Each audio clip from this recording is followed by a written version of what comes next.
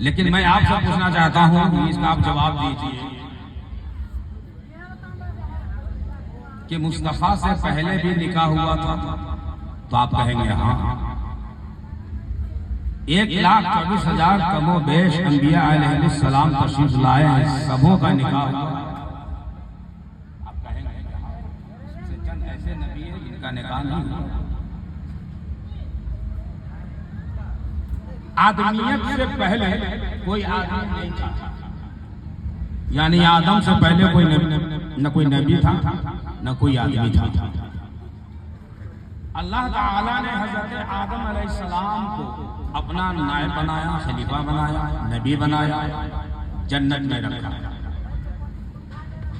जन्नत में रखा और जन्नत में जब आदम अलैहिस्सलाम रहने लगे तो सुकूनियत नहीं है,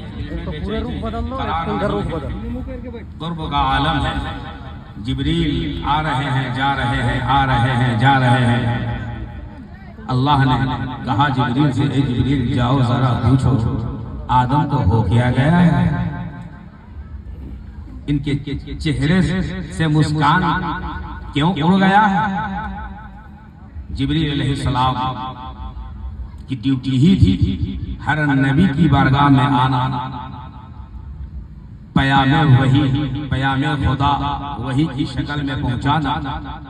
तो आदम अलैहिस्सलाम से आकर के जिब्रील ने पूछा, इन्होंने कुछ भी जवाब न दिया, बस ये जवाब दिया, ए जिब्रील जब आप पूछना चाहते हो तो आदम का जवाब यही है कि अल्लाह की जन्नत बहुत खूबसूरत है, हसीन है, जमील है, यहाँ हर चीज मौजूद है, बावजूद इसके न जाने क्यों मेरे दिल को सुकून नहीं मिल रहा है, करार नहीं मिल रहा है। जब ये जवाब मिलता है अल्लाह ने फौरन जिब्रील से कहा, ए जिब्रील जाओ मेरे आदम से कह दो वो आंख बंद कर ले, वो आंख बंद कर ले, लेट जाए। जब आदम अलैहिस्सलाम आंखों को बंद करते हैं, लेट जाते हैं, तो बाएं पहलू से, बाएं पसली से हजरत हव्वा पैदा हो जाती है। कहिए सुभान अल्लाह। हजरत हव्वा पैदा हो गई।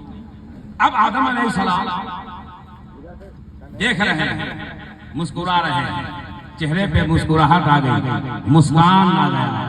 अब जब आपने चाहा कि मैं इनसे कुछ कलाम करूं, अल्लाह ने फरमाया नहीं, उस वक्त तक हम कलाम नहीं हो सकते, उस वक्त तक हाथ लगा नहीं सकते जब तक अक्द न हो जाए, निकाह न हो जाए। जब निकाह का लफ्ज आया आदम अलैहिस्सलाम साइलेंट थे। अब अल्लाह ताला ने फौरन अक्द का इंतजाम किया है। अब आप देखें उलमाए किराम यहाँ मौजूद है, जिम्मेदार स्टेज है। आज जो हमारे दरमियान काजी आते हैं, रजिस्टर लेकर के आते हैं, दुल्हा दुल्हन का नाम को दर्ज करते हैं, उसमें दैन महर लगाते हैं, तो पता ये चला कि ये निकाह पढ़ाना ये किसी दुनियादार की सुन्नत नहीं है, परवरदिगार की सुन्नत है। निकाह पढ़ाना किसकी सुन्नत है? अरे हमारे और आपके बाप का निकाह कौन पढ़ाया था? अल्लाह ने पढ़ाया। तो फरमाइएगा, हमारे और आपके बाप हजरत आदम है, और जब उनका निकाह पढ़ाने का वक्त आया तो खुतबा अल्लाह ने पढ़ा। वो या खुतबा पढ़ना अल्लाह की सुन्नत। खुतबा पढ़ना किसकी सुन्नत? अल्लाह की सुन्नत। और निकाह के दरमियान में दो गवाह भी होते हैं ना, तो गवाह पढ़ना हजरत जिब्रील अमीन की सुन्नत। किसकी सुन्नत है? जिब्रील अमीन की सुन्नत है। और दैन महर की जब बारी आई तो अल्लाह ने फरमाया, ए आदम दैन महर रखना होगा, बगैर दैन महर के निकाह नहीं होगा। आदम ने कहा, या अल्लाह ये दैन महर है क्या? तो आज आप गौर से सुनिएगा, दैन महर रखते हैं, देते नहीं जी। 51,786 रुपए दैन महर रखा जाता है, लिया नहीं जाता, लटका के रखा जाता है, अटका के रखा जाता है। और लड़की वाले ये समझते हैं कि कहीं दैन महर दे दिया तो खतरे में है रिश्ता। अब कान खोल करके सुन लीजिए और अहले स्टेज जी तवज्जो मैं चाहूंगा, हज़रत भागलपुरी साहब एक पॉकेट माइक देना चाहिए ना, पॉकेट माइक रहता है तो मिसिंग नहीं होता आवाज़। अगर वाकई आप ये जलसा सुनते हैं तो पॉकेट माइक रहता है ना तो आवाज़ इधर और तेजी से मैं ये समझा देना चाहता हूँ कि अभी जो लोग जिनके बाल कट चुके हैं, दांत खत्म हो चुका है, हाथ कमजोर हो चुका है, लीवर दाना पचाने से बिल्कुल ही कासिर हो चुका है, वो लोग भी आज तक दैन महर नहीं दिए हैं।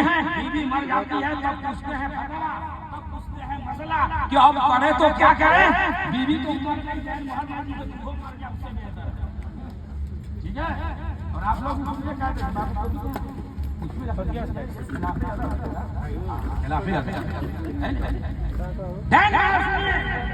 अल्लाह ने फरमाया आदम ना होगा।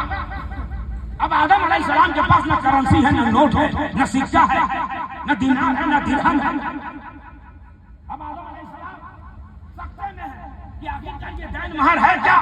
तो अल्लाह ने फरमाया, हे आदम, मेरे महबूब पर, मेरे हबीब पर 10 मरतबा दुरूद शरीफ पढ़ लो, हे आदम तेरा दैन महर अदा हो जाएगा। दैन महर अदा हो जाएगा। तो गोया अदायगी की सूरत देखिए और तरीका है दैन महर देखिए। रब ने फरमाया आदम से, हे आदम 10 मरतबा पढ़ लीजिए ना मेरे हबीब पर, सुभान अल्लाह, मेरे नबी पर, मुस्तफा के ऊपर बगैर दुरूद पढ़े आपके बाप का निकाह नहीं हो रहा। और कैसा बेटा जो चुपचाप तो ये चुटू शुरू से रहले तो 1.5-2 हजार सुभान अल्लाह हुआ। और मुस्तफा जाने रहमत पर जब आदम ने 10 मरतबा दुरूद पढ़ा है, आहा तो हव्वा हलाल हो गई है। एक आदम के औलादों, अगर तुम दुनिया में नबी पर रोजाना 10 मरतबा दुरूद पढ़ोगे तो बाप की सुन्नत तो अदा होगी ही, मरने के बाद तेरे लिए जन्नत हलाल हो जाएगी। अब आप बताइए ये बाप आदम का निकाह कहाँ हुआ? मजमा बोलेगा, ज्यादा खा लिया है क्या बिरयानी? कहाँ हुआ था निकाह? जन्नत में। दैन महर रखा गया जन्नत में, जिब्रील गवाह बने जन्नत में, खुतबा निकाह पढ़ा गया जन्नत में, आदम दूल्हा बने जन्नत में, हव्वा को दूल्हा बनाया गया जन्नत में। तो ये जन्नत में ये पता चल रहा है कि ये सारा माल उधरी का, ये सारा प्रोडक्ट उधरी का है। और जो जिस कंपनी का प्रोडक्ट होता है घूम करके फिर वहीं जाता है। हजरत आदम का निकाह जन्नत में हुआ है। तो बिला शक व शुबहा 2 मिनट में गुफ्तगू सुने। उलमा किराम, ये हमारा जिम्मेदार स्टेज है। बाप बेटे का रिश्ता दुनिया में, माँ बेटी का रिश्ता दुनिया में, भाई बहन का रिश्ता दुनिया में, खाला खालू का रिश्ता दुनिया में, मामा मामी का रिश्ता दुनिया में, चाचा चाची का रिश्ता दुनिया में। ये सारे रिश्ते बुनियादी रिश्ते हैं। मियाँ बीबी का रिश्ता जन्नती रिश्ता है। मियाँ बीबी का रिश्ता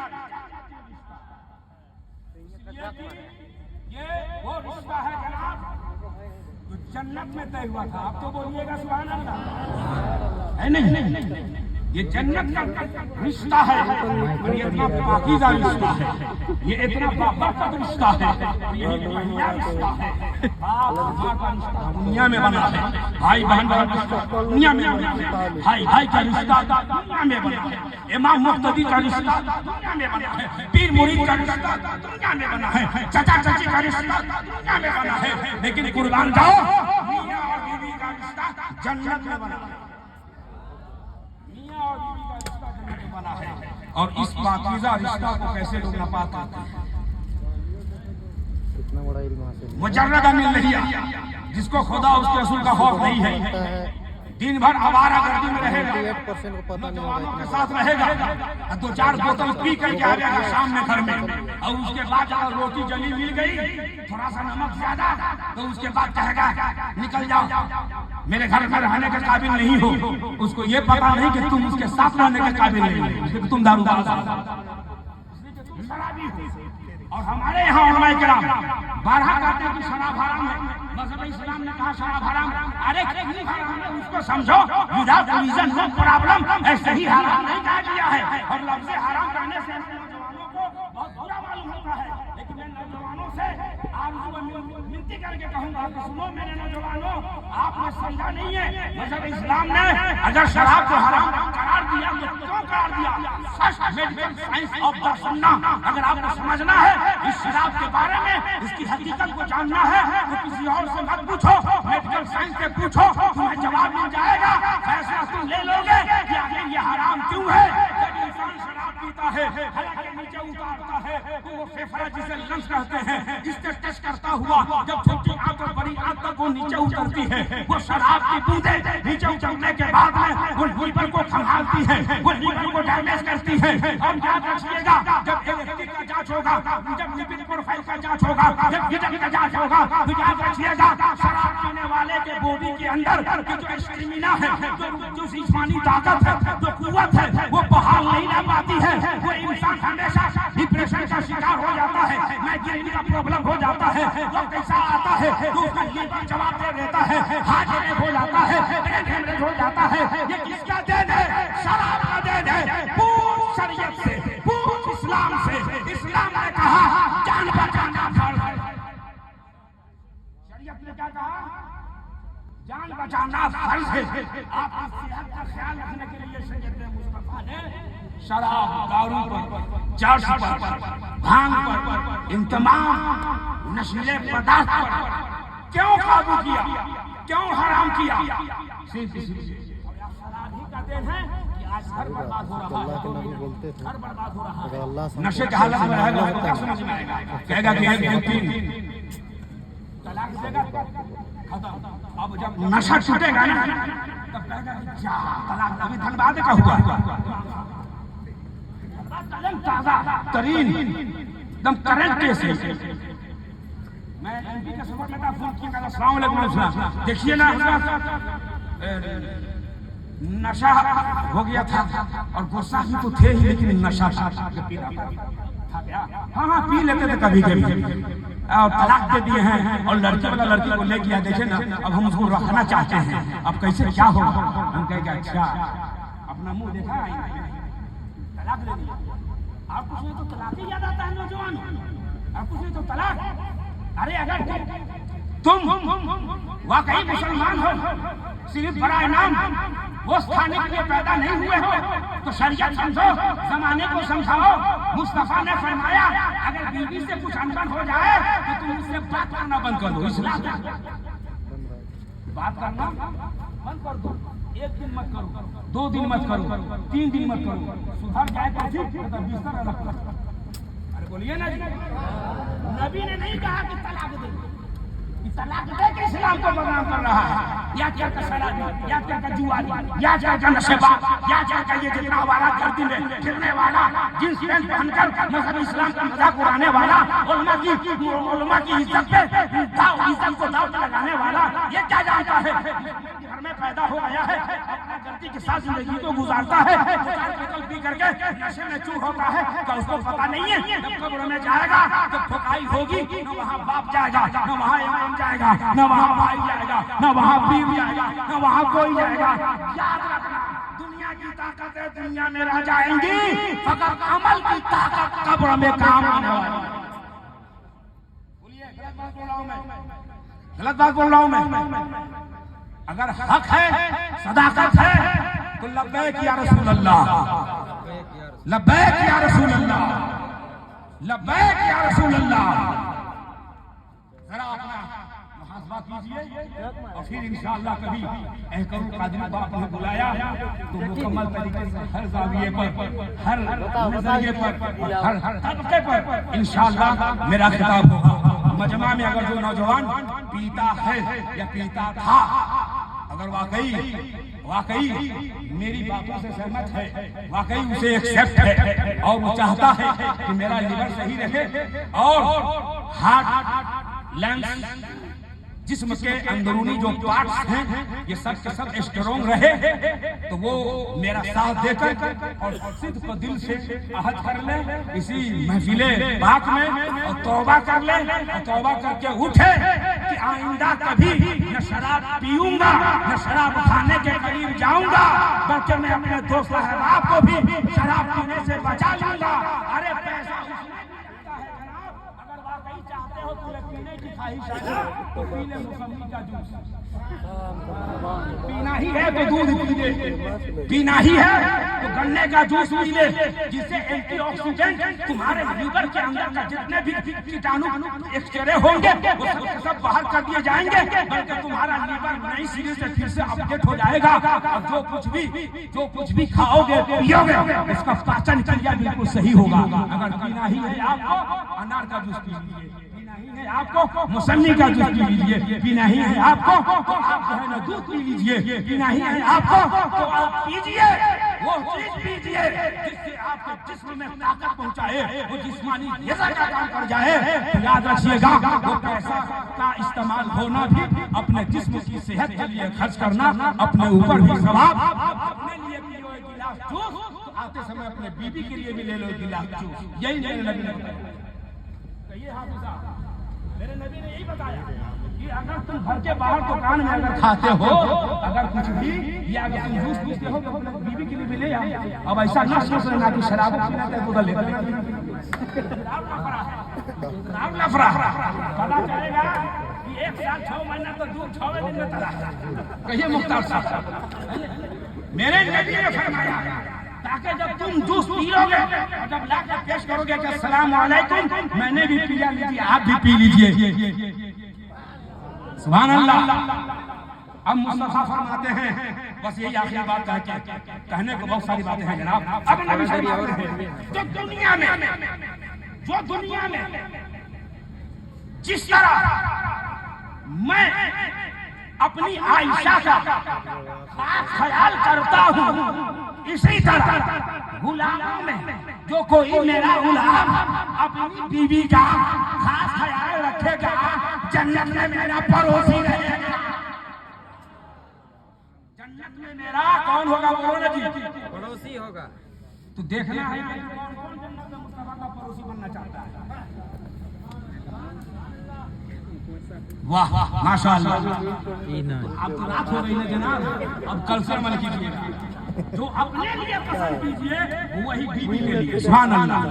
अच्छा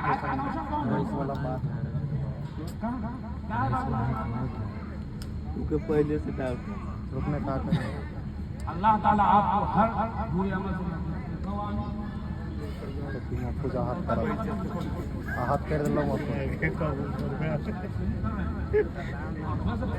चलता है, लेकिन अभी के बाद जूस पीना अपने लिए 1 गिलास, तो अपनी बीवी के लिए 2 गिलास। देखिए सुभान अल्लाह।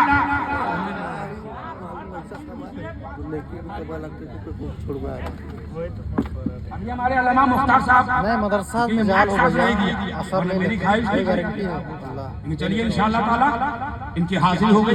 अल्लाह ताला हम सबों की हाजिरी को कबूल फरमाए।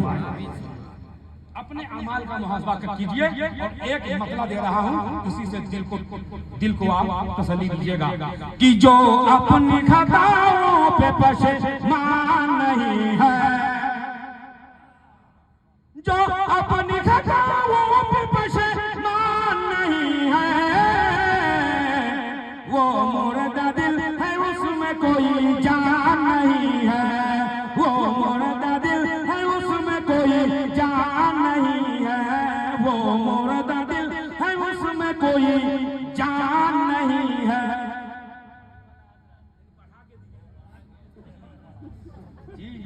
ये मोहब्बत है।